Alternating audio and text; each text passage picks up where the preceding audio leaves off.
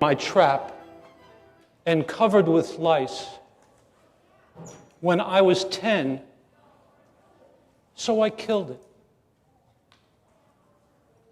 And I recall how far I fell toward fact, toward something like truth, when those in-looking eyes went to peace in the godhood of my hand, and left in me this dark and slow surprise that gnaws like a faithful cancer at the host. On the silent television stuck in my skull, the blind faces of children are bright as candles. The rump of a rooster gets himself up to crow. I see the soldiers crawling world without end. The darkness in our hearts is not what we think. We ask how this could happen. We pretend. The darkness in our hearts is that we know. That's from The Only World There Is by Miller Williams. And I chose it to open this talk because what we're going to talk about is the process of helping someone come face to face with the darkness inside.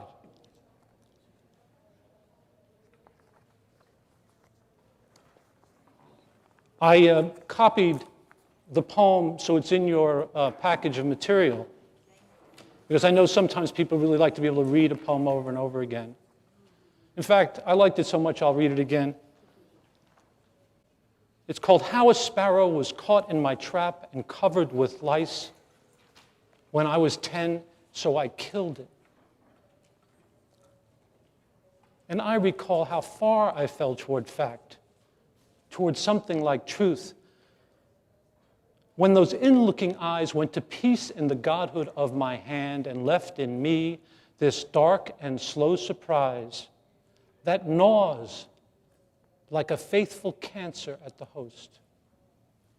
Addiction is like that. It gnaws like a faithful cancer at the host.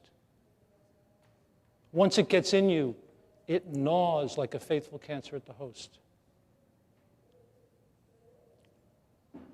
On the silent television stuck in my skull, the blind faces of children are bright as candles. The rump of a rooster gets himself up to crow. I see the soldiers crawling world without end. The darkness in our hearts is not what we think. We ask how this could happen. We pretend. The darkness in our hearts is that we know.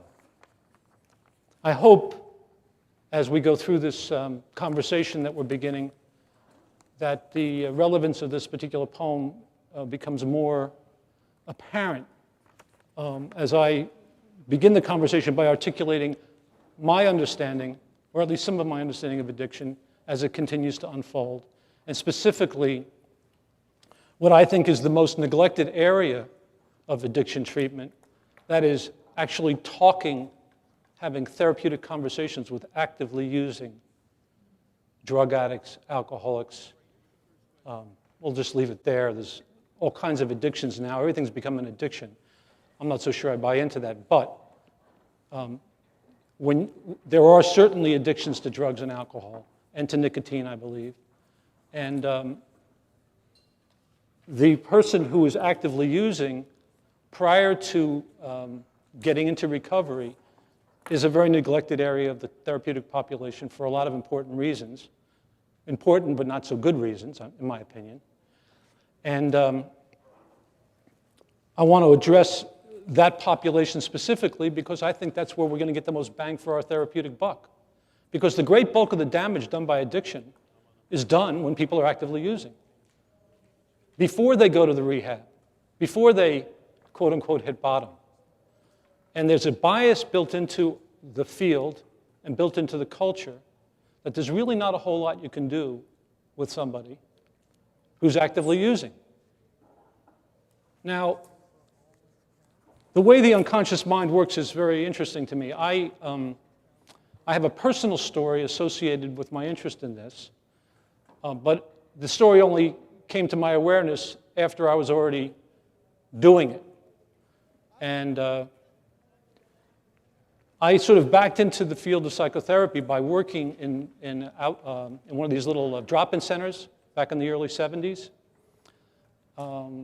And it was one of these little drug drop-in places. And people would come off the street, or you'd go out and do what we called outreach work. I'd hang out at the Dairy Queen with the high school kids, and with my long hair and my beads and my bell bottoms. And it wasn't a costume. I mean, it was a costume, but it was also what I wore. And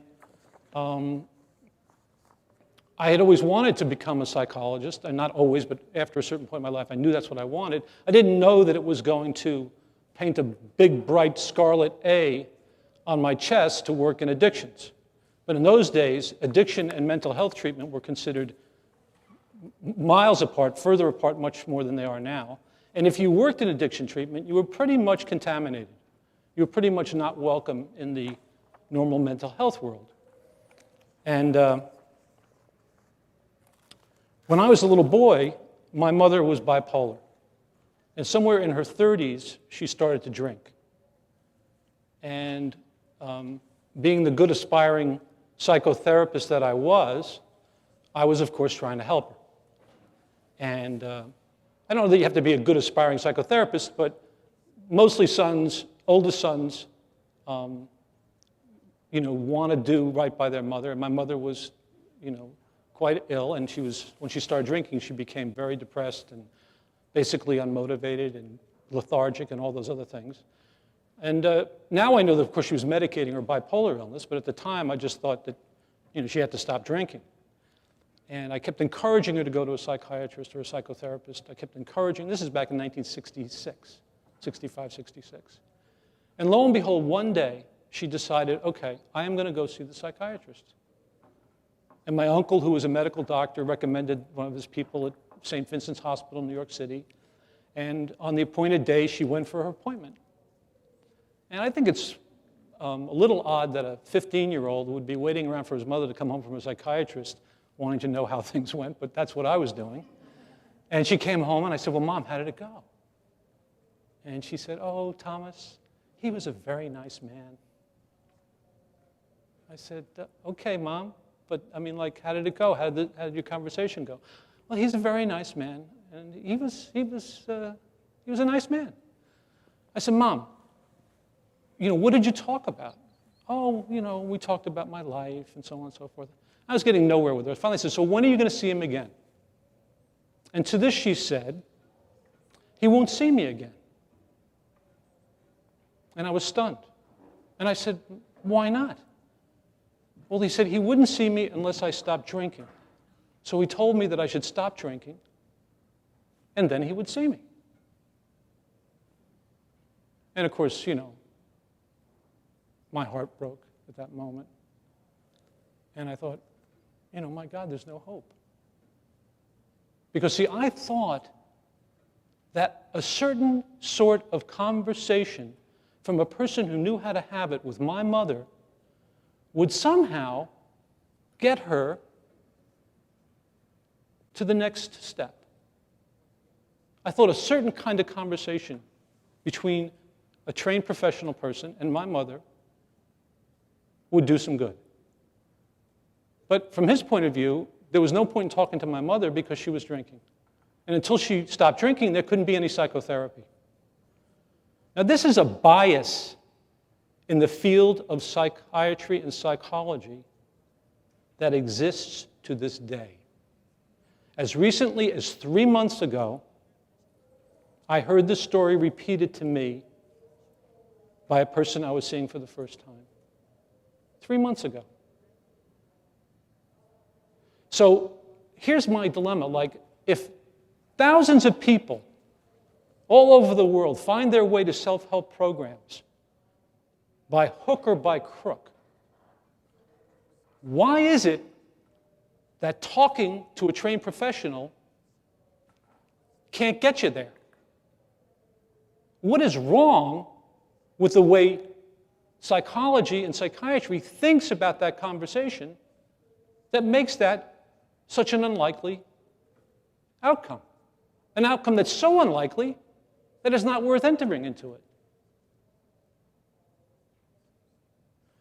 So I'd be lying if I said that, my mom's story is the reason I ended up getting into addiction treatment, because it's not. Although, in this odd way that our lives kind of continually fold back on themselves, maybe it is. Really, maybe it is about that. Because it's a pretty compelling story in my life, and it's a story that keeps repeating itself, oddly, 40 years later. So the proposition that I'm making in this presentation is that a certain sort of conversation with an actively using drug addict or alcoholic can help them get to that place that I think most of this conference is about, which is, a certain sort of epiphany, a moment of truth. That just because someone's using drugs and alcohol doesn't make it impossible for them to have that happen. It certainly undermines the likelihood of it. After all, they're not thinking with their right mind. But that's not the therapist's problem. That's the client's problem, and mostly we don't help them to have their problem. We mostly try to take it away from them somehow. So I want to just articulate some of the biases in the helping profession that I think contribute to the dilemma. The first bias I've articulated is the need to be helpful. Well, it's fine to be helpful to people with most things, but if somebody is struggling with something that they can't control and they don't know it, helping them to control it doesn't add to the likelihood that they're going to realize that they can't. Does that make sense? See, if part of what I'm doing is you have a problem with this and I'm going to help you to control it, if the underlying issue is that this is not a controllable thing, by me being helpful, I'm suggesting that it is controllable. And you're just simply not being a very cooperative client, which is why the psychiatrist told my mother not to come back, I'm sure, because he probably had 50 of these people. Because he was busy trying to help them to control something that wasn't controllable. And of course, the second bias is belief in control. And you don't have to go very far in reading Western psychology. It's all about control. It's shot through everything. All of our cognitive behavioral therapies. There's something about this idea of control that is so intoxicating, so appealing, that I think an argument can be made that we're addicted to the idea. I don't know what people's political persuasions are, but certainly you could explain a lot of what we've done since 9/11 as an effort to control something that appears to be not controllable. Does that mean we shouldn't do it? No. But we shouldn't be selling it in the way we're selling it. We shouldn't be selling it as a way to, we are going to make, we will win this thing. There are certain sorts of things you don't win with. And this idea of control, of course, it's tied up with our need for security and our need to feel safe and so on and so forth. But one of the arguments I'm going to make later in the presentation is that the only security we have is to develop our capacity to tolerate distress. The only security we have as humans on the planet is our capacity to tolerate distress, because we don't know what the hell's coming. And I don't know what it's going to be like on that day, when I'm in such pain from cancer or such whatever. I don't know what it's going to be like. But I know that if I can cultivate my capacity to tolerate distress, I'm going to have a lot better chance of getting through that with something like dignity, than I would be if I were busy trying to get rid of every little distress that I had, which is what we mostly do, at least in the American culture. I have to remind myself that I'm in Canada, and that maybe you guys are a little less compulsive about gratifying every conceivable need before we even experience it. Difficulty tolerating client distress. The desire to offer comfort. That's a big, big part of doing psychotherapy and the motivation for it. Mostly, we get something out of giving comfort as clinicians. We often elicit, we invite the person's pain into the room, and then by our company with them, we comfort them. But we also have the fear of doing harm. So if you've ever been in that situation where you're talking to somebody and you can see that somehow what you're saying to them is making them feel worse, in that moment of like ambivalence, where you really have to let yourself surrender to the need to give comfort, to allow them to feel what it is that they're going to feel, and to recognize that you're an agent of their pain. You're not the cause of their pain, but you're the agent of their pain. If they weren't talking to you, they wouldn't be thinking about this stuff in the same way. They wouldn't be feeling it as intensely if you're doing good work. This is a real big one. Belief in the healing power of the therapeutic relationship. It's a bias. How often do you hear about the therapeutic relationship as being the thing, the curative factor? Well, it is the curative factor in a lot of therapy. But it ain't when you're dealing with someone who's actively using. Because they'll lie to you. Why the hell wouldn't they lie to you if they're lying to their wife? If somebody's lying to their wife, hello, I should be easy to lie to. So what kind of therapeutic relationship are we having here with somebody? See, the presumption is that the person I'm talking to can enter into a covenant with me, can choose to make an agreement with me. So we're going to have therapeutic contracts. Well, you can have a therapeutic contract with someone who's a free agent, but what I'm suggesting is that an actively using addict is not a free agent. And so why would you attempt to enter into contract with them except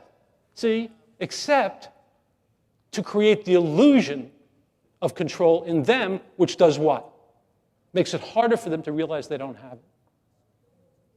When I talk to somebody and act as if they can make an agreement with me, sometimes, enlightened parents or not so enlightened parents do this with their kids. Kid's not a free agent. It's developmentally, they're not there. They can't agree to not hit their sister. They can try. You can build infrastructure. Come to me when you want to hit your sister. But the likelihood is that they're not at a point where they are free to choose. I thought early this morning I was listening to, is it Mallouk? Is that his name? Wonderful keynote thing and the beautiful, beautiful video. My God, how powerful. And this woman got up and said, finally, I don't have to do whatever I want. Wait a minute. If you want it, doesn't that imply choice? See, so when somebody says to you, why do you drink? Oh, I want to drink. You see? This woman's saying, finally, I don't have to do whatever I want. Well, is it possible that her conception of herself as a free agent, meaning if I do it, I must want to, embedded in what she's saying is she doesn't know that she's not doing what she wants. She doesn't know that she doesn't have control until that moment, the epiphany where she realizes I have control. I don't have to do whatever I want. I get to choose to do what I want, or I get to choose to not do what I want. So in the phenomenology of an actively using addict, this idea of control and free choice in the phenomenology. They believe they have it, okay? And they talk to you as if they do.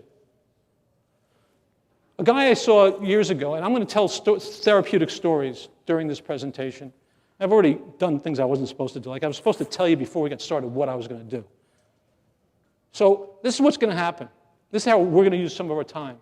I'm going to articulate some ideas. I'm going to tell you some stories, some therapeutic stories. I'm going to read some poems. We're going to go through the outline as much as we can, but I gave you the outline because once we finish talking, I'm hoping a lot of that's going to be self-explanatory. What I hope to have happen is to create an atmosphere of curiosity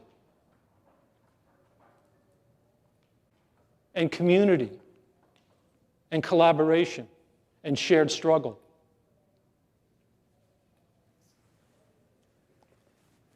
And I want to connect with you at this level because I think it's so important. These are the people who most need our help and that we have very limited way of thinking about it. Almost always it involves implying control when they don't have it. Almost always it enables the addiction in some odd way. And until they hit bottom, a different way of thinking about it is required. So here's the story. This woman comes to me,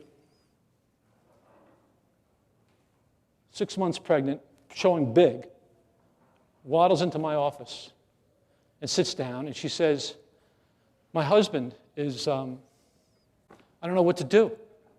He's screwing around with another girl. We're ready to have our first child, and he's out gallivanting all the time doing X, Y, Z. So I do a structured interview with her about drinking, which I'm going to, right now, first client you see, everybody you see, if you don't ask them about drugs and alcohol, it's unlikely people will tell you spontaneously. So you need to ask them. So I ask her. She said, well, I don't drink because since I've been pregnant, I haven't drunk at all. But my husband drinks. I said, well, how much? She said, well, I don't really know. So, do you have a ballpark idea? Well, I know he goes out drinking after work every day, okay? And what about that? Well, I do, when I shop, I buy. So I said, tell me what you buy. And I sit down and I write it down. 2 cases of beer per week and a half a gallon of rum. So this is for whom? This is for my husband. So 2 cases, a half a gallon of rum. That's a lot of booze. She says this to me. That's a lot of booze. It's almost as if, as she was just doing the shopping, somehow 2 cases of beer and a half a gallon of rum didn't seem like a lot of booze. It seemed like, we're buying, milk and bread and cookies and so on and so forth, okay? Because the longer you're around addiction, which is intractable, the more your belief system shapes itself to the intractability of the problem. You see, so you start to believe stuff that you would never think you'd believe if you said somebody, like before this lady got married, before you met her husband, would you think 2 cases of beer and a half? Yeah, it'd be ridiculous. I wouldn't buy that. Well, you're doing it now, girl. So I'll make a long story shorter. Eventually, the guy comes to see me. He says, I'll talk to Mallouk. I'll talk to you, shrink. What the heck? Why not? And so we're talking, and in the 3rd session, he's sitting there. Well, you're sitting there. You're me. He's sitting here. Doc, the bottom line is, I love booze more than I love my wife. So I'll see you later. Walks out the door. Walks right past me, right out the door. Gave me my $50 beforehand, but walked right out the door. Well, if you're dealing with a person who's a free agent, it's okay. Next case, right? Well, of course, his wife calls me, wants to see me. We spend a lot of time talking. I help her to realize, no, she doesn't have to put up with X, Y, Z. She doesn't have to put up with a girlfriend. She's upset because he only comes home at midnight, stays till 7 or 8 in the morning, and leaves. She's getting tired of his dirty clothes, doesn't want to be doing his laundry. So I help her to not do that anymore. You don't have to do his laundry. You don't have to even keep the stuff in the house. So a bunch of different things happen. Among them, she puts all of his stuff out the door. closes the door, changes the locks, calls him up and says, your stuff's outside. If you want it, come get it. It's supposed to rain in an hour. You know, this kind of, I help her do this kind of stuff. But she then says to me, well, what should I tell him?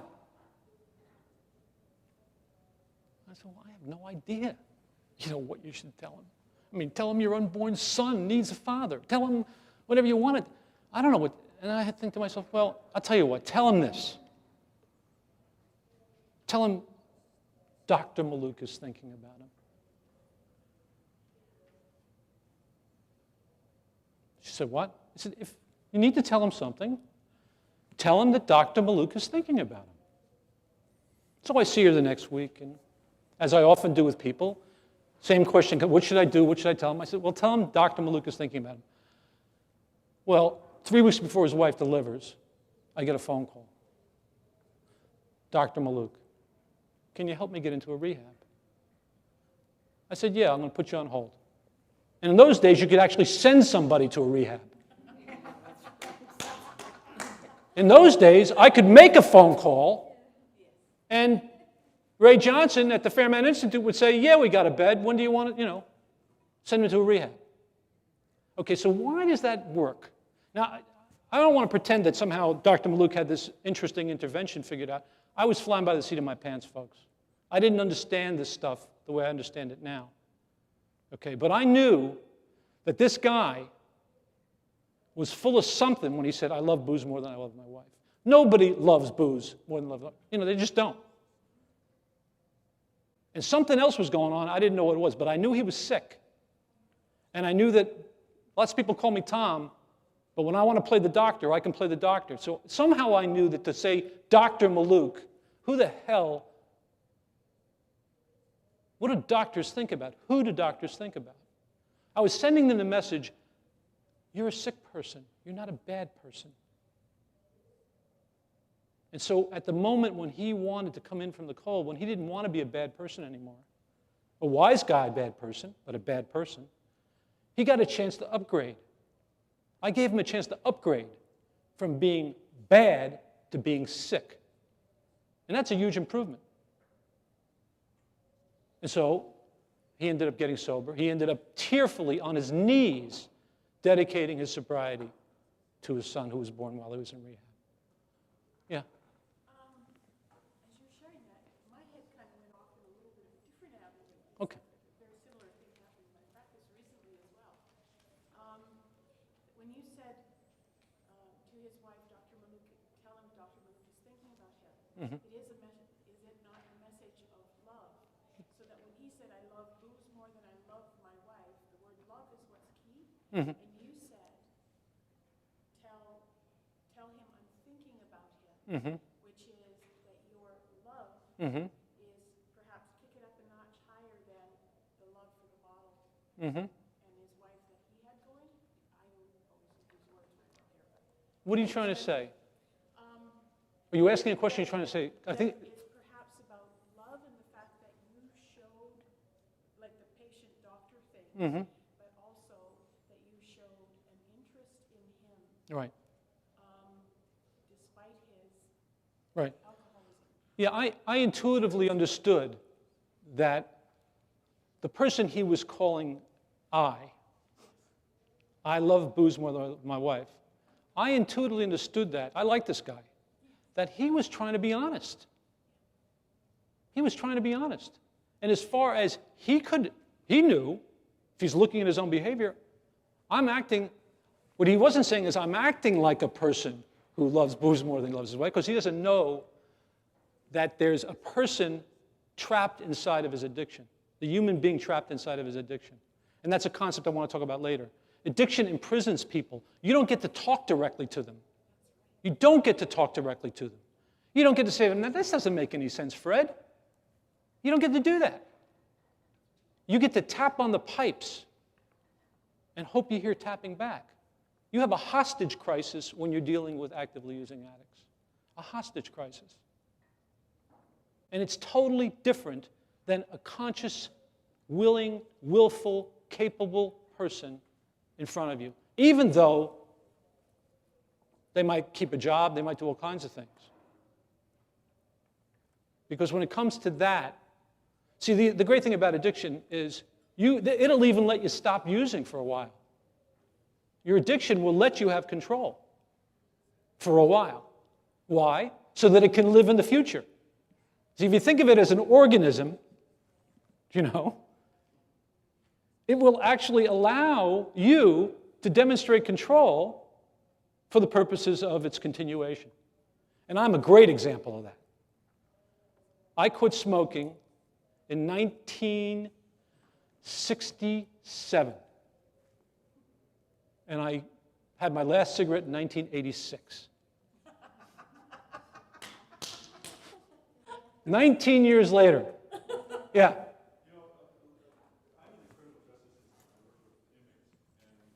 Thank you.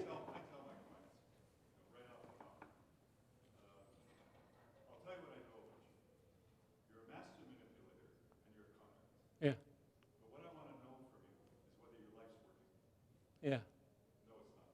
You want it to work. Right. Yes. Okay. Well, how do we get there? Right. But when I was in addiction 20 years, I lived in the world of best intentions. Right. I could come to you and be so sincere, it would be unbelievable. Right. How sincere I am. Exactly. Yeah. And the next day, I could go to the banker and borrow the $1,000, and I was going to pay him back. Right. That's exactly right. That's those stories, and that it speaks to the fact that you weren't the guy running your life. And people who haven't experienced that, see, I don't know. All of us are going to come face to face with something like that in our life. I think the addicts are the lucky ones. They got a substance, and they get it generally earlier in life than most of us, So they get a leg up on future wisdom if they can come to terms with it. I just want to let you know, we're not going to have enough time. All right, let's just get right up front with that, okay? I'm going to do my level best to maximize what we get out of this, but you're going to leave, if everything I'm planning works out perfectly, you're going to leave wanting so much more. You're going to leave so unsatisfied. Well, I shouldn't say that. You're going to leave sated, but wanting to come back to the table. Like a good meal. Yes, dear? I'm sorry. Because of the scattering way that we did this, everybody should have a handout. Does anybody, who doesn't have a handout? All right, included in your handout is the outline, which is going to be projected up here that I'm going to go through somewhat. There are two figures in the outline, one illustrating the circular nature of addictive process from an intrapersonal perspective, the other articulating the circular nature of the addictive process from an interpersonal perspective. Okay? This is highly theoretical on one level. I try to make it as concrete as I possibly can through the stories and so on. But my brain works that way. I can think very abstractly, but when you're having a conversation with a client, you need to be in the moment with them, and you're the client right now. So we're going to try to stay in the moment together. And I don't want to lose people in the theory. What you were talking about there with sincerity, I mean, that's the hook for a lot of clinicians. This person appears so sincere. I mean, my guy who walks in and says, the bottom line is I love booze more than I love. He wants to go, well, then go screw yours. There's no love coming. You don't want to love this guy back. He's not doing anything. But lots and lots of people are well-meaning and well-intentioned, and they go out and do horrible things. Yes? Well, I think that guy, as controversial as it might be to be head-to-head with him, he is trying to be that sincere with just, I have Right. more will to put in the effort into doing the things that are loving towards my drinking than putting in the effort to the loving towards my wife. I can't do it. Right. I See, can do it for the yeah, see, the only thing I would argue with there is that there's effort involved. See, he's compelled to drink. He's not trying to drink. He's accepting, he's acknowledging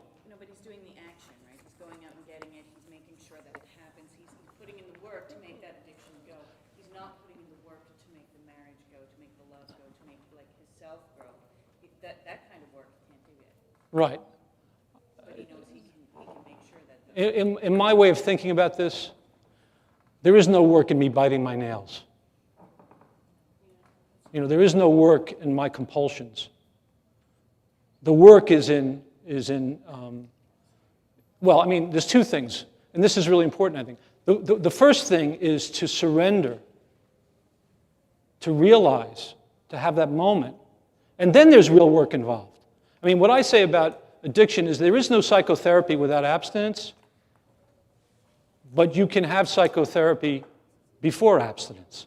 In other words, the goal of the psychotherapy is different, but you don't get any growth, any personal growth, and this is why you get developmental delay in recovering people. You're working with a 47-year-old who, when they stop drinking, is about 6. They're married, they've got children, they're parents, they've been, but they haven't developed, there's no development. Because that's very too complicated to talk about, but basically, if at every point along the way you deal with your distress by medicating it, you never learn from the experiences that the distress is supposed to teach you. The distress is there as a teacher, as a guide, for you to learn things that you otherwise couldn't learn. And anybody who has little children and sees how frightened they get when they start to take their first steps and they're terrified, well, if you don't let them feel that, if you pick them up, they don't walk. You have to coach them. It's okay. You can do it. I understand. You're constantly balancing glue and solvent. And then they're walking. And they're walking. But if you never allow yourself to experience the distress, then you don't develop. And that's the problem. I mean, a lot of times people who get into recovery, I mean, it's very tough. After the first year, it can be very, very tough because you have to confront all the things you haven't yet done. Now, having said that, it's a little bit like me learning to read. I couldn't read till the 5th grade. A lot of work had been put into me learning to read, but I couldn't read. My mom's got me down on the floor, and the word is R-E-M-E-M-B-E-R. Remember. Remember. I could say it as fast as I wanted, but it never became remember. Once I got it, I went to be a 12th grade reader in 18 months. And a lot of times it's that way with, there are things that you've been doing over the time of your active addiction that eventually fill themselves in, and it's not chronological. It's like there's a quantum leap can happen. So going back to the biases in helping professions, bias towards confronting denial. See, a lot of therapy of actively using people is designed to confront denial and to put it in people's face. And whereas I think that does work, you have to have the guns. You have to have, if you're going to go with a power move in therapy, then you have to have enough power behind you to make it stick. And then you also got to be prepared for the resentment later, the backlash later from the client. Because nobody can be made to surrender, and have them want to live in peace with you later. If we enforce an intolerable surrender on the enemy, then the enemy later will come back and bite us on the ass. They're not going to be our friends. So when you're dealing with confrontation, which is, by the way, the stock and trade of most places that I know of, it's like if you hold up enough mirrors to somebody with enough people, it can work. But I think there's a bias towards it, and there's other ways of going about things that are much less direct, but far more powerful. And here's the last, there's always blame the victim. There's always blame the victim. We can always trot that out. There's a little bit of the blame the victim in what you're saying, about this guy not willing to do the work. He'll do the work to get his booze, but he won't do the work to love his wife. Well, that's an argument, but my belief is that he wants to love his wife, and he can't. He can't because something is ruining and running his life, and he doesn't know it. He doesn't know it. That's the key thing. He doesn't realize it. He thinks he's in control. But he has a passion there. Like there's a different kind of passion, and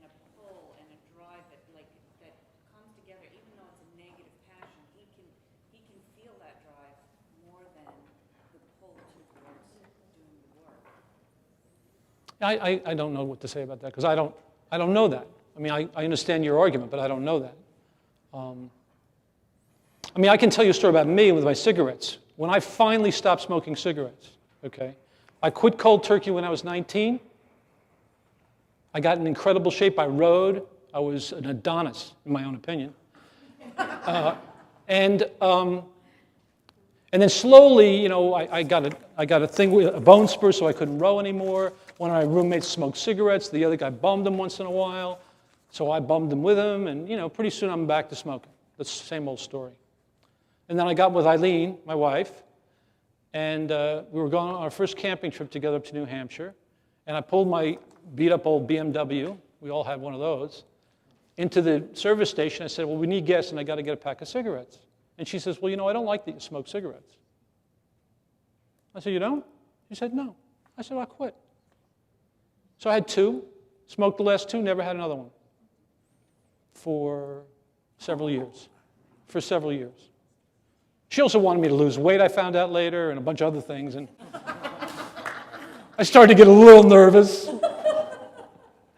But I did lose 17 pounds. But I've never succeeded I'm keeping the nail biting going at a low grade to keep her occupied, because everything else I kind of like about myself. So,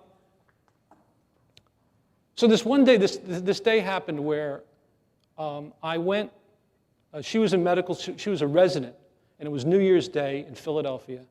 And I think it was like 1980 maybe or something like that. And it was 61 degrees that day. And I had sent her off to the hospital at 5:30 in the morning, because she had to be there by 6. And me and the German Shepherd on New Year's Day are sitting there, and we got nothing to do. And so I'm reading one of my fishing magazines, and in there I find out about a stream in Harrisburg that's only an hour and a half away, and Vanessa and I start talking about it, and she starts wagging her tail, and she says, let's go. You know? Well, if the Shepherd says let's go, you go. So we packed the stuff in the Datsun. Now I'm down to a Datsun because I'm married. And we take off for Harrisburg, and lo and behold, after a couple of hours of searching around, I find this place, and I rig up my fly fishing gear, and I go down to the stream, and it's beautiful. It's beautiful. It's 65 degrees. The water is gin clear. You can see the trout in the water, and I'm trying to fish away and can't catch a fish. So I'm thinking, so we start, and you know, one of the best ways to catch fish, to learn how, you know, you can put a lot of time in on the stream, or you can find somebody who knows what they're doing and pick their brain. So, what do you think I did? I walked up, sure enough, I see this guy up there. I wonder if he's any good. Well, this guy's throwing loops, you know, like 60-foot loops in a canopy of trees that's, you know, 25 feet wide. I mean, he's beautiful. And I'm watching him, and sure enough, he hooks a fish. So I'm walking up the bank. I got Vanessa, and I'm thinking, how do I break into a conversation with this guy? Well, he comes to the bank, releases the fish, and lights up a cigarette. So I go up to him and go, hey, can I bum a cigarette? Because why? Because I can't tolerate the distress of saying, you know, I really would appreciate it if you could help me catch a fish. See, because that's too personal, it's too something, it's too whatever. And what's the big deal? It's just one cigarette. So I have this cigarette. Now, I remember that cigarette vividly. Even to this day, I remember that cigarette. But I don't remember the next one. I don't remember the next one. It wasn't the next day. It wasn't until probably a couple months later.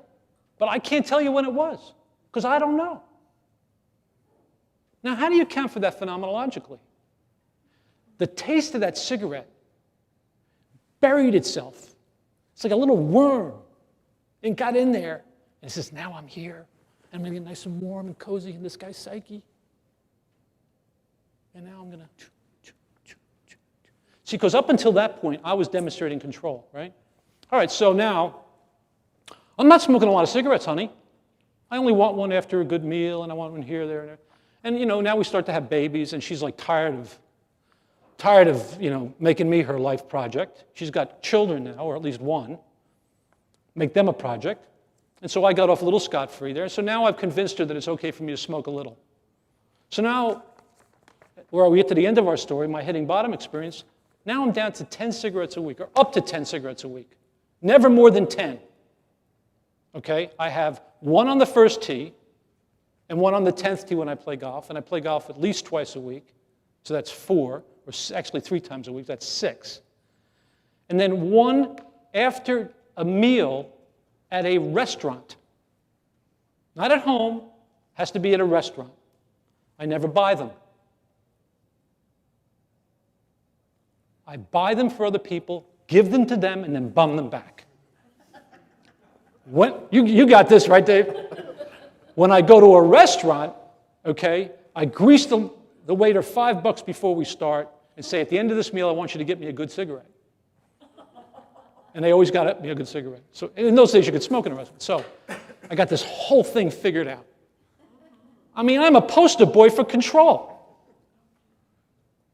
8 to 10 cigarettes per week, only at exactly prescribed times. So Megan comes along. April 28th, 1986. And now it's June, early June. In those days, I would go out and play at the public golf course at the crack of dawn, before first light. A bunch of married guys with kids would get there. We'd show up. The pro shop would let us play before they opened. As soon as we could see, we'd hit the ball.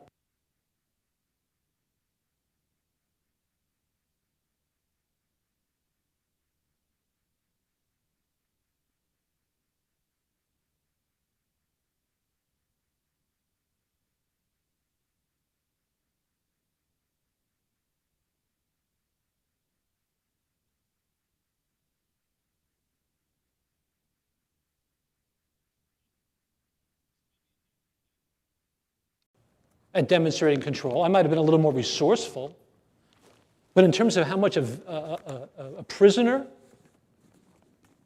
of my own behavior, my own addiction, I was a prisoner. And I got my wife to back off. I mean, I had gotten it all figured out. She wasn't upset anymore. I thought I had won an important victory in the marital struggles. You see? After all, a man's got to do, what a man, it's just garbage. It's just garbage. So here, I'm going to just talk about the intrapersonal context of addiction. I hope I didn't offend those people. Am I offending anybody? Not even, you're so far away, I could be offending you. Denial, to me, the 3 cornerstones of the intrapersonal. Denial, compulsion to set up and respond to challenges, and inability to tolerate distress. So, denial, I mean, this is something I recently came to. I realized that the way it works in the mind of a person is that the person who's addicted is always busy answering the wrong question. The question they're answering is, how will I know that I don't have a problem? Do you see how biased that question is? How will I know I don't have a problem? So I see a guy 6 months ago. He's been referred to me. He's had 2 DUIs. Everybody knows what a DUI is, right? Driving under the influence. For a consultation. So I see him, sits down, talks to me for 35 minutes, never mentions drinking. I said, excuse me, we've gone on now for 35 minutes. You've been telling me about this, that, and the other thing. But I have to tell you that Dr. So-and-so, who referred you, let me know that you had 2 DUIs. He said, yeah, that's right. I said, have you ever had any problems with drinking? I said, well, he said, well, maybe when I was in college, my parents were pretty worried. They sent me to counseling. I said, okay. I said, how are you doing now? He said, I think I've got things under control. I said, okay. I said, a lot of people would think that if you had 2 DUIs in a month, that would indicate that you were having a problem. But I have a feeling that you don't think that way. He goes, well, you're right. I said, well, would you illuminate it for me? I mean, would you explain it to me the way you think about it?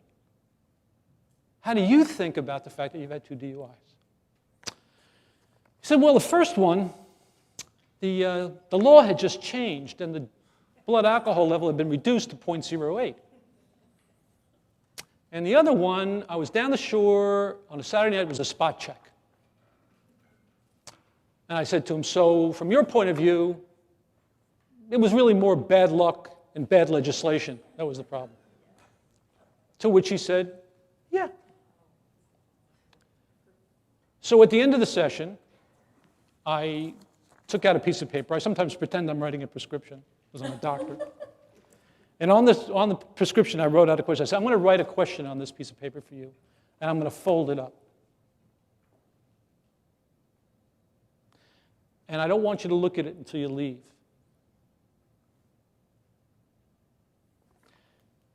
And I wrote on the piece of paper, how will you know that you are having a problem if you are? Question mark. Later that day, I got a phone call. He left me a message. This is so-and-so. Good question.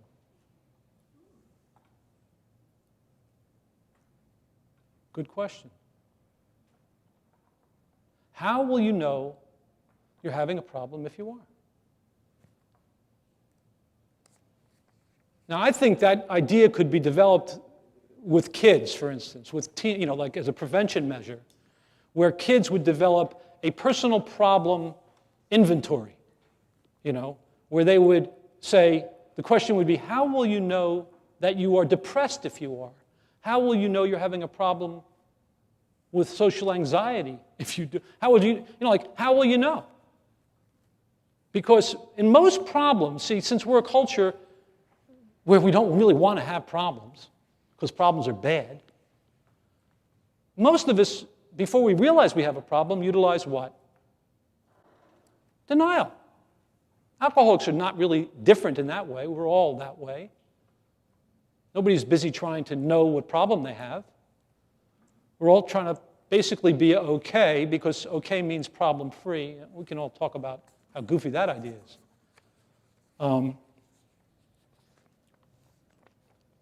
And the really key one here is the inability to tolerate distress.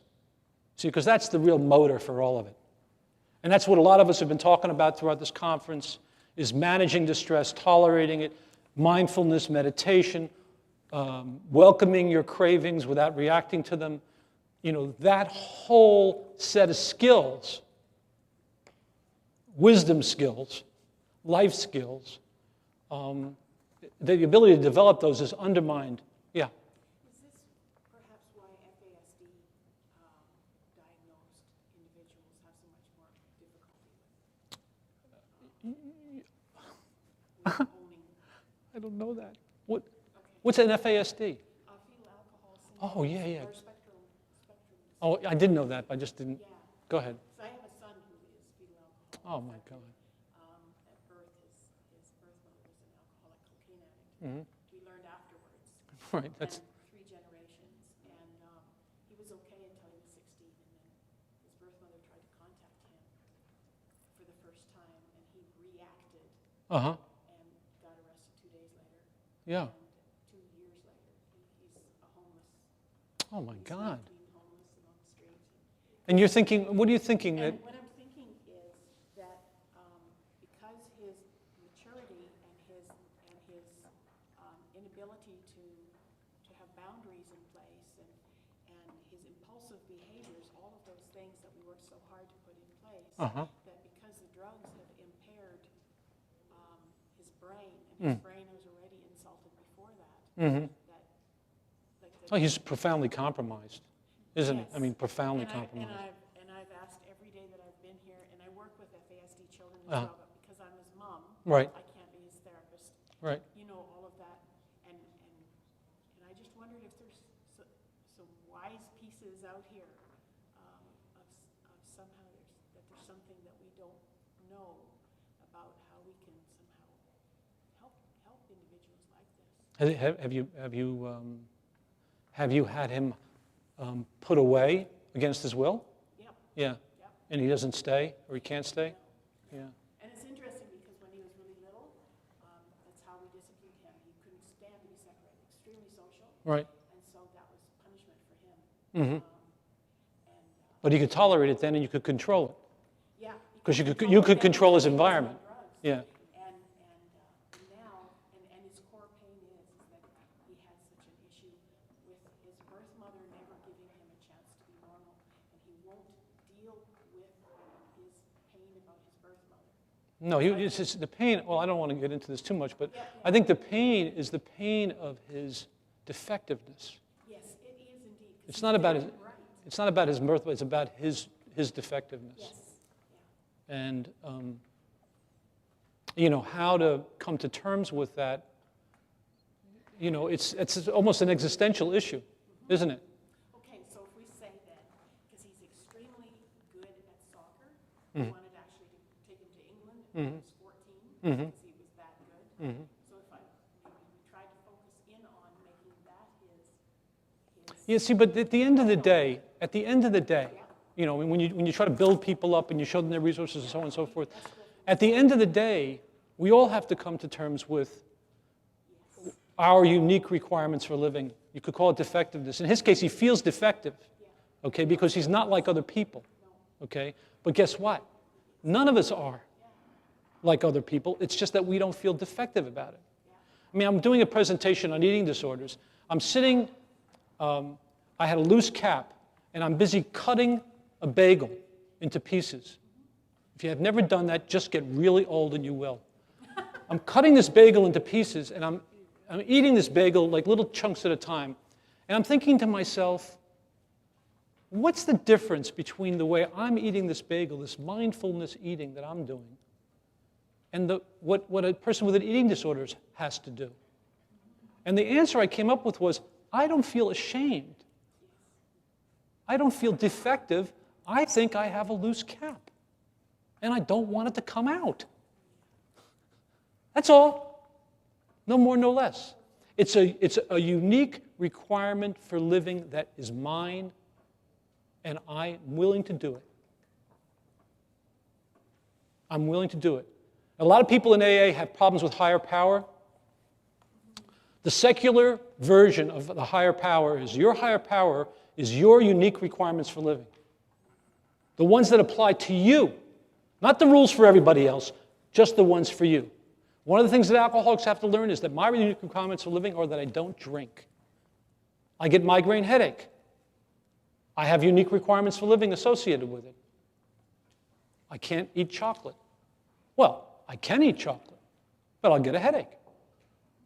See, so I have to surrender to those unique requirements. Your unique requirements require attention and compassion. If you're busy not wanting to have any, if you're busy feeling ashamed because you have them, you see, it makes it very hard to accept them. I once worked with an alcoholic, and he told me that he never thinks about drinking. I said, oh, very good. He said, like normal people. I said, like normal people? He said, yeah, normal people don't think about drinking.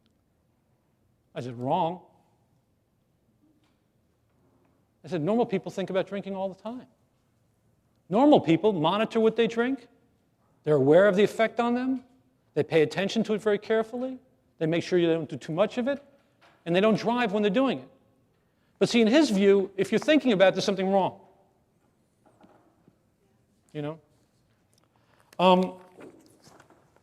At some point, we're going to need to take a break. Is this a good time to take a break? It's 3:30. We'll take a 10-minute break. Is that enough time for everybody? 10 minutes. The landscape, like a line in the Psalm book, is seriousness and weight and eternity. What we choose to fight is so tiny. What fights with us is so great. If only we would let ourselves be dominated, as things do, by an immense storm, we would become strong too and not need names. When we win, it's with small things, and the triumph itself makes us small. What is extraordinary and eternal does not want to be bent by us. I mean the angel who appeared to the wrestlers of the Old Testament. When the wrestlers' sinews grew long like metal strings, he felt them under his fingers like chords of deep music. Whoever was beaten by this angel, who often simply declined the fight, went away proud and strengthened and great from that harsh hand that kneaded him as if to change his shape. Winning does not tempt that man. This is how he grows, by being defeated decisively by constantly greater things. That's Rainer Maria Rilke, as quoted from a book called News of the Universe, Poems of Twofold Consciousness, edited by Robert Bly. And that poem expresses way better than I can the thing that's supposed to happen, or you hope to have happen, with somebody who is fighting this tiny thing called alcohol or drugs, and who is preventing themselves from a more liberating self-description. My wife informed me that I really should be going through the ideas a little bit more, so I'm going to do that, because she's usually right. So if you don't mind, I'm just going to move a little bit through the theory piece of this, because the theory is going to inform the therapeutic strategies or techniques or protocols. Now, I've talked about the intrapersonal context of addiction. Now, the interpersonal context, and I'm just going to read from this. Virtually anything that is done with benign intent in relation to an actively using person, without an understanding of the dynamics of addiction, is potentially enabling or colluding of the addiction. Turns out that whatever you do that comes naturally when you love somebody, in the context of addiction, is usually the wrong thing to do. So the organizing principle of the interpersonal context of addiction is collusion and enabling. At the cultural level, there's the belief in control, we've talked about that, the bias towards self-reliance. You see, I don't need you. Or let's say this, I don't want to need you. And so one way of getting around needing you is to comfort myself with some substance. I was interviewed on the radio recently about pornography, internet porn and addiction to it. I'm not sure it's an addiction, but I can tell you this much. If you're looking for a peak sexual experience, it's a hell of a lot easier to get it than having a date. It's a hell of a lot easier to have an intense sexual experience by yourself than it is to have it with another human being where you actually might have to talk to them. You see? To have, and I learned about this from working with a guy who was into sadomasochism. And like I do with most everything I don't understand, I wanted him to teach me about it. Because I didn't get what was so thrilling about sadomasochism.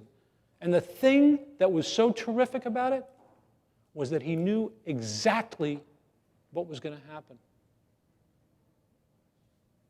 Now, why would you want to know exactly what's going to happen? Because you're afraid. Because you're afraid of what might happen. You see? So the bias towards self-reliance gets appropriated in this distorted way, and I can give myself the experience that I would otherwise have to need you for. And I don't want to need you for all kinds of reasons. What I call the athletic worldview, and this is something I came up with when Len Bias died. I don't know if anybody is old enough to remember Len Bias, but he was drafted #1 in the NBA draft by the Boston Celtics out of the University of Maryland. And before he could go to camp, he died of cocaine. He died of a cocaine experience. And I ended up writing an article about what I called was addiction in the athletic worldview, where I talked about how athletes were predisposed to addiction and the why they were predisposed to addiction. And the athletic worldview, which is also, could be said, the corporate worldview or the Western-centric worldview or the George W. Bush worldview, is there are no obstacles that cannot be overcome. There are no limits except self-imposed limitations. And the value placed on challenging oneself and accepting the challenges when they are presented. This gets appropriated by the addiction process. And people are busy, proving that there's nothing they can't overcome. There's nothing they can't do. And then the bias against experiencing or expressing distress. Was it Ed Muskie who cried? A great senator from Maine who cried when he was campaigning for the Democratic presidential nomination? Destroyed his career. Can't be crying. Can't be doing that. We're not going to have any of that. So that's at the cultural level. At the organizational level, the preoccupation with performance and getting it done, and no matter what, just get it done, get it done, get it done, accomplish, accomplish, accomplish. People go without sleep. Doctors staying up, there have been articles about doctors being compromised because they're up all night long. Go, go, go, go, go. If you've ever hung out with truck drivers, who, they just got to keep on the road, keep moving, keep eating those, the amphetamines, keep going.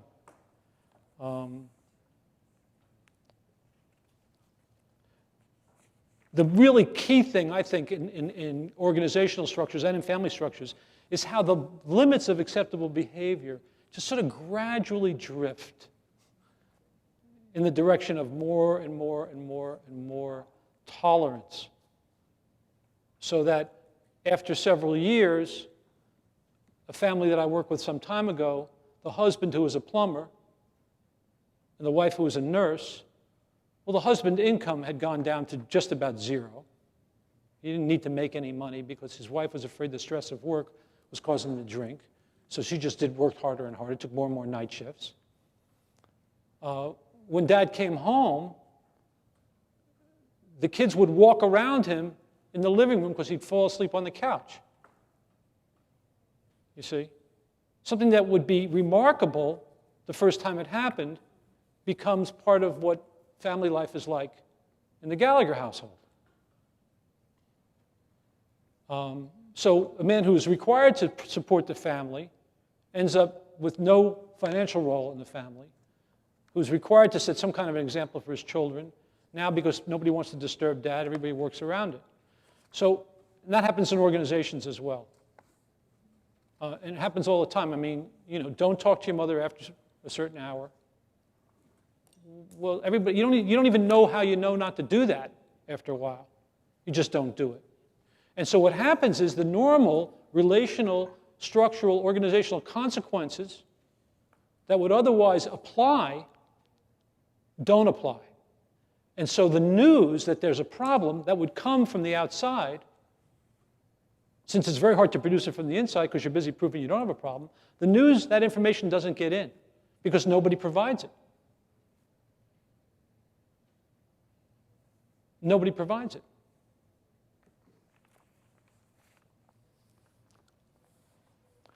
On the personal level, it's very common, enabling behavior based on fear of rejection or attack. Why don't you say something to your husband? Well, I don't want to nag, I don't want to get him angry. All kinds of reasons why you don't give the person the information. I'm not saying they're bad reasons. I mean, if the man's likely to fly off the handle and throw something through a wall or hurt somebody, yeah.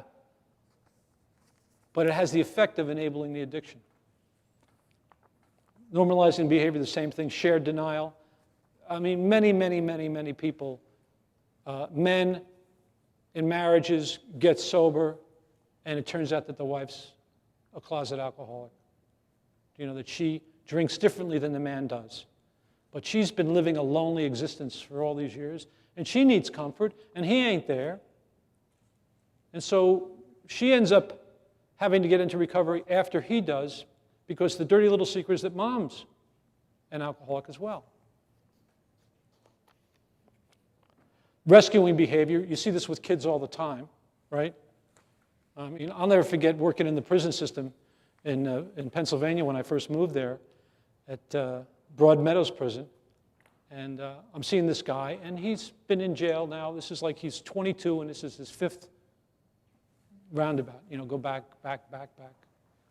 And Always breaking and enterings, never armed, nothing terrible, so he gets 2 months, 6 weeks, whatever.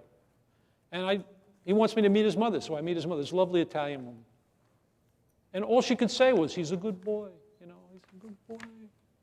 He's so worried about it, There was no sense of holding him accountable, no sense that his behavior had no meaning in terms of his membership in the family. There was no stake in it. There was no loss of anything as far as his primary social network, which was the family. A collusion in setting up challenges is a really important one, I think. Because a lot of times, years ago, this woman came to me and when she arrived at my office, she said, my husband's an alcoholic and I want him to get into a rehab. And I kicked him out. I said, wow, so you're pretty far down the line here. But he's refusing to go to rehab. What should I do? I said, well, I'm not sure what you should do, but I don't think you should necessarily back off as he stopped drinking. Well, yeah, he said he'll stop drinking, but he's not going to rehab. So he stopped drinking, but he won't go to rehab. I said, okay. So I saw her a couple times after the 2 or 3 sessions. She said, well, but he will come and talk to you. He won't go to AA, he won't go to rehab, but he'll come and talk to you. I said, okay, so bring him in. So we brought him in, nice enough guy, house painter. She had 1 child with him, seemed like a swell guy, not drinking. How come you're not drinking? Well, my wife doesn't want me to drink. I don't have a drinking problem. She doesn't want me to drink, she doesn't want me to drink. I just quit. And so we talked a little bit more, and I don't want to go to AA. Well, I said to him, I've never really heard of anybody getting sober and staying sober, without AA. So I don't know if you're going to be able to do it. He said, well, I think I can do it. Okay. So lo and behold, the things are warming up between them, and they decide he's going to move back in. So the plan to move back in is on a Saturday. I'm supposed to have an appointment with them on Thursday. On Wednesday, I get a call from her. So I'm coming in by myself. It's over. It's over. So it's all right. Comes in. Tell me what happened. Well, yesterday we went out to lunch. We're planning to move back and blah, blah, blah. And the waitress comes over and says, would you like anything to drink? And he says, yeah, I'd like a glass of wine. So, whoa. So what did you say? She said, well, I told him I wish you could have just 1 glass of wine.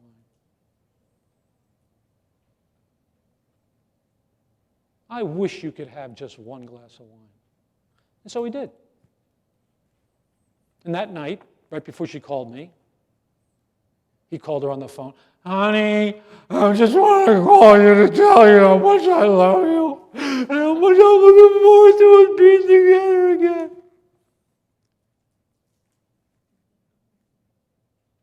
He explained that by saying that the paint thinner had overcome him and he had.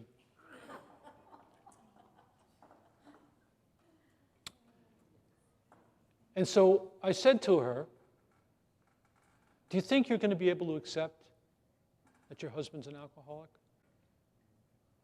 And she says, what do you mean? I said, when you said to him, I wish you could have just 1 glass of wine, you were telling him that you didn't want him to be an alcoholic. And he was trying to be a good husband and proving to you that he could do what you wanted.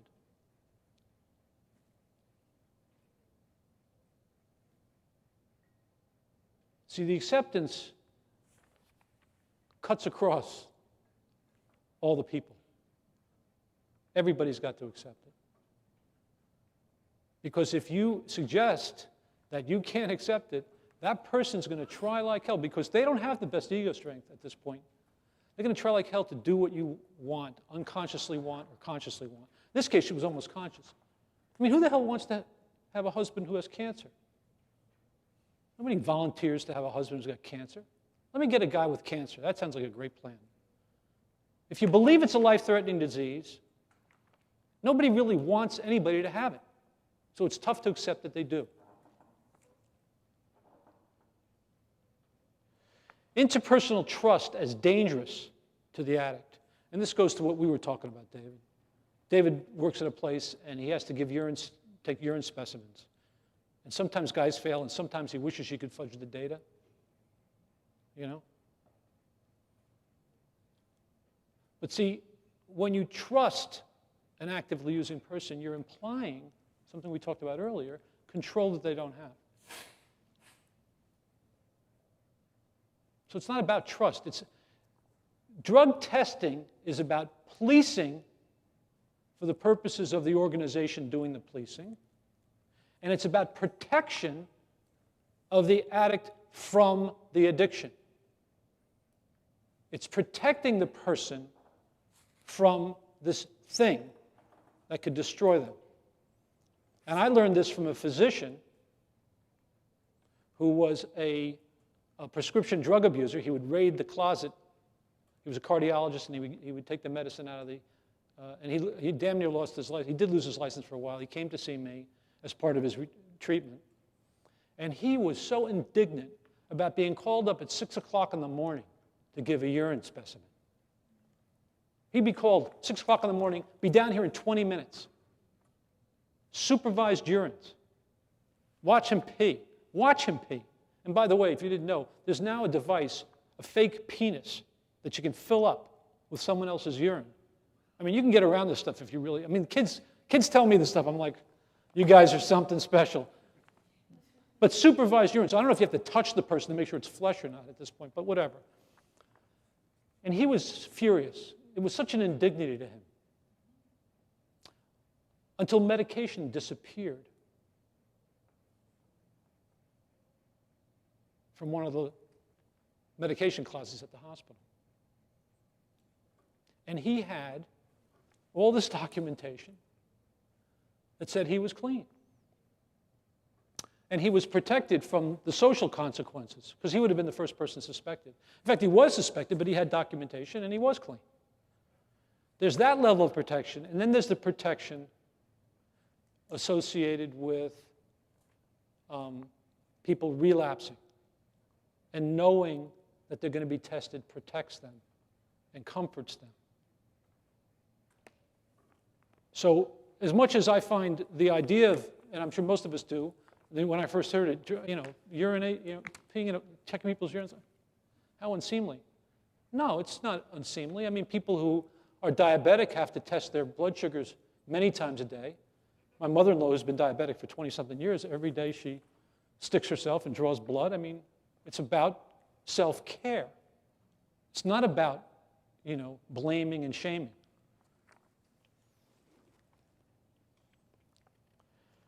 And this is the most common one: provoking denial through participation in escalating struggles without being prepared for a bottom-line position. Don't confront unless you have firepower. If you're not prepared to do something, then don't confront. Don't say, if you don't, then this, unless you really mean, then this. And I've worked with plenty of people, many women who have, changed the locks on the house and say, don't come back. And if they're prepared to do it, it's very powerful. It works. But to just get into a confrontation and get into spinning your wheels in a reciprocal, conflict pattern, and then not do anything and wake up the next morning and back to square one, it just expands. It raises the level of catastrophe that has to happen for the person that realizes a problem.